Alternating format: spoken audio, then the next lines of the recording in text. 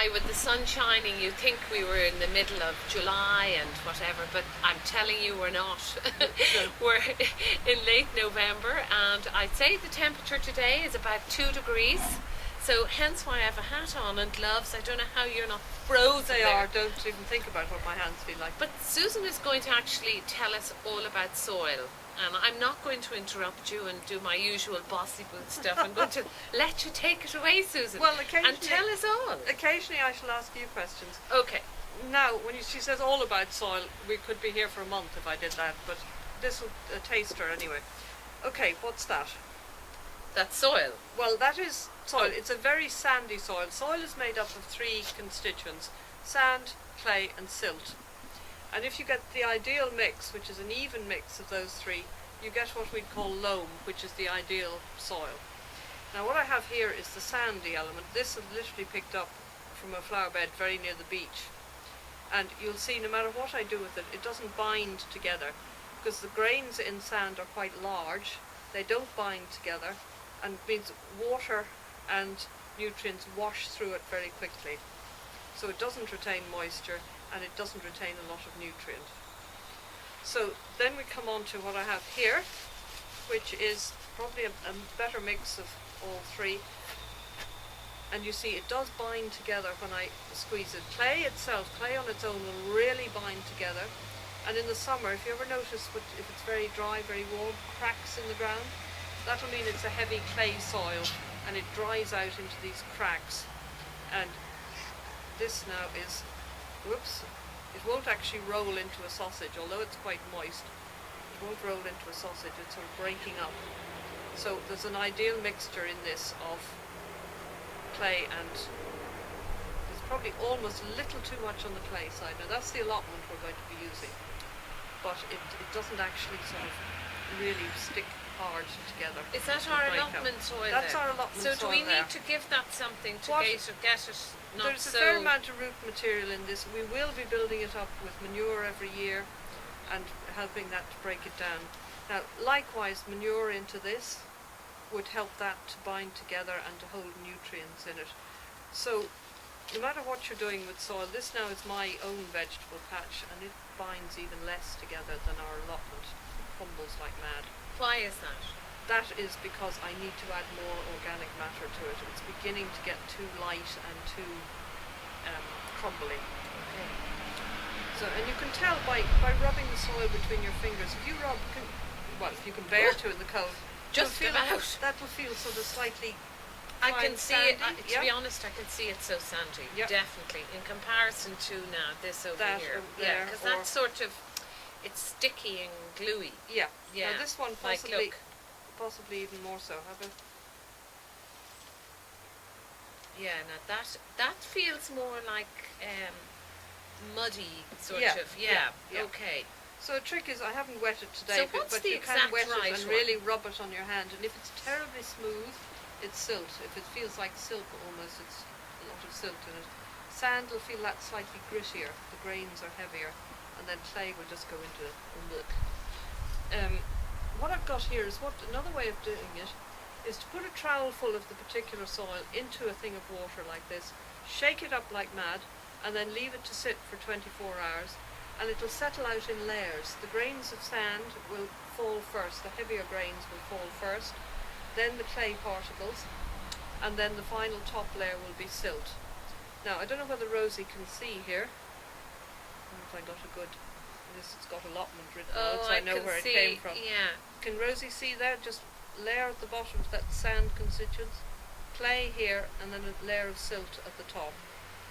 Yeah. So we've got a fairly ideal mix in that.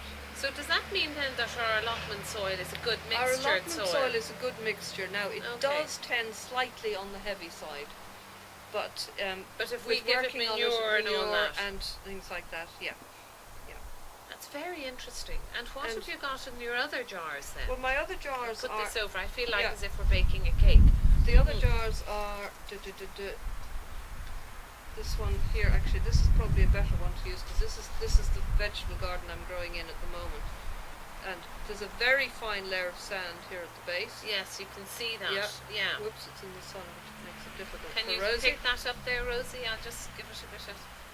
coverage there, so and then maybe it you can layered pick up, it up. and there's sort of bit of organic matter floating around as well in there. So again, with that, there's 3 layers. There are of three different. distinct layers, Yeah. so that's one way of sort of working out the Can I just point something out? That soil there is much darker than this one here. yeah, From the allotment. it's a much darker soil. And What would that mean? now that has been a vegetable garden for 100 years. So And it's been had manure and stuff added over Oh, time. that's why so there's a probably difference making in it colour. darker and things. Yeah. Okay. Whereas this one, where the allotment will be, has been in permanent pasture for well over 100 years. So it hasn't So it had hasn't the had that. It's stuff. just had cattle grazing and had Yeah. manure going into it. It hasn't Okay. had that stuff going into it. But soils will vary with the geology of an area as to whether they're light or dark. Or if you're in the south of England, in Devon, for instance, the soil is red. Is it? It is red, and boy, does it stain your jeans if you get it on. Wow. But How come it's red? it's probably due to a lot of iron oxide or something in the soil, but it will depend on the underlying geology and what's broken down over millennia to form the soil. And for growing things, I'm would not- that all make a huge difference? Chalk soils, the chalky soils of the sort of downlands and things are very thin. You can get varying depths of topsoil depending on the area you're in, etc. I mean, there's a huge, I'm sure there's tomes written on soils, and I'm barely scraping the surface, but it's enough to get you. It's enough get for, you well, going. just when you're growing and you're going to be growing your own vegetables and everything. Yes, exactly. Yeah. Yeah. Just once you So know that you have the basic Basically, need. Yeah. organic matter, manure, compost, your homegrown, homemade compost will help a sandy soil to bind, and it'll break up a heavy clay soil and make it less solid, and therefore make the nutrients more available to the plants. Because the layer of topsoil is made up of these constituents, plus air and moisture. You must have a certain amount of air, and you must have moisture able to get into it. Because there are worms working in there, there's microorganisms which are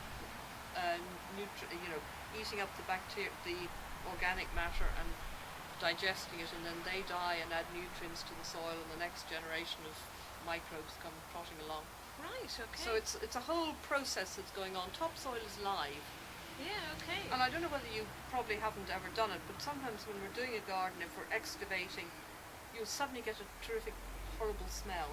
And that means somebody's buried topsoil at some point, and this is the rotting microbes and things in the soil. That are And giving would off that the be smell. very bad for that to Well, happen?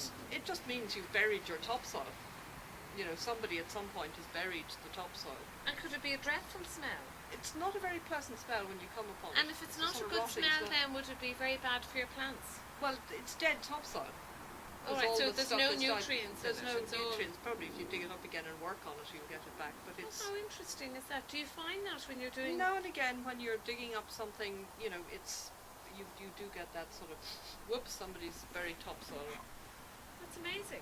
And can you improve that, or do you add to it? Well, or- if you're doing those sort of excavations, you're doing a huge job on the garden. So you will be either bringing in soil, or there will be new topsoil okay. that has been brought in or All something. right. So Very that's the interesting. starter anyway. Well, you've certainly taught me from that. I'm sure we'll be touching on soil as we go along in varying places. Yeah, anyway, for on the more soil to suit the information. plants. And Yeah, more all right. information on it. Well, anybody who would like to share some of their information, we'd love to hear from you at gardenville.tv. You can email us, you can go on Twitter, you can come on Facebook, or you can talk to each other on our forum and tell each other about your own soil and how you've improved it, etc. I mean, I suppose that's what you're looking It's for. what you're looking for is people sharing information, people from different areas of the country who have different types of soil.